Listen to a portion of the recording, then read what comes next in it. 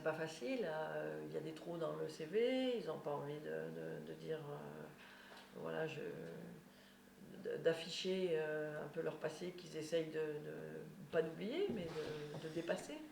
Donc c'est vrai que c'est pas facile. Alors via l'intérim, on le voit, certains disent que l'intérim est une meilleure voie pour se recycler parce que voilà, on fait des missions courtes, on demande beaucoup moins il y a beaucoup moins, il n'y a pas d'entretien d'embauche, ça se fait avec la société intérim, donc c'est plus facile de passer par la case intérim pour trouver un travail normal.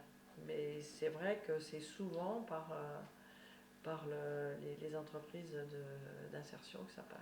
C'est-à-dire la notion de réinsertion aussi, elle est à géométrie variable, hein.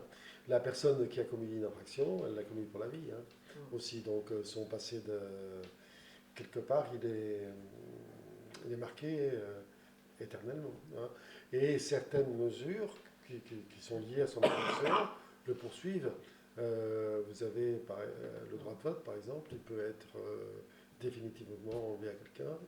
Euh, le droit d'être fonctionnaire, il est définitivement enlevé à la personne. Vous commettez une infraction, ben vous ne serez jamais plus fonctionnaire.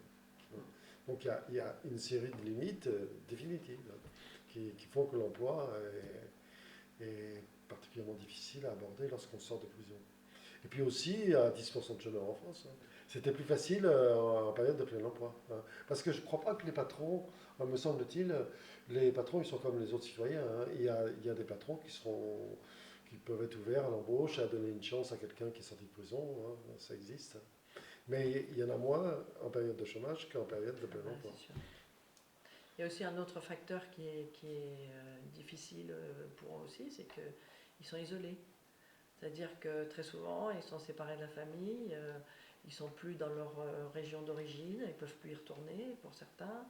La famille les a lâchés, donc c'est difficile, hein, de remettre le pied à l'étrier.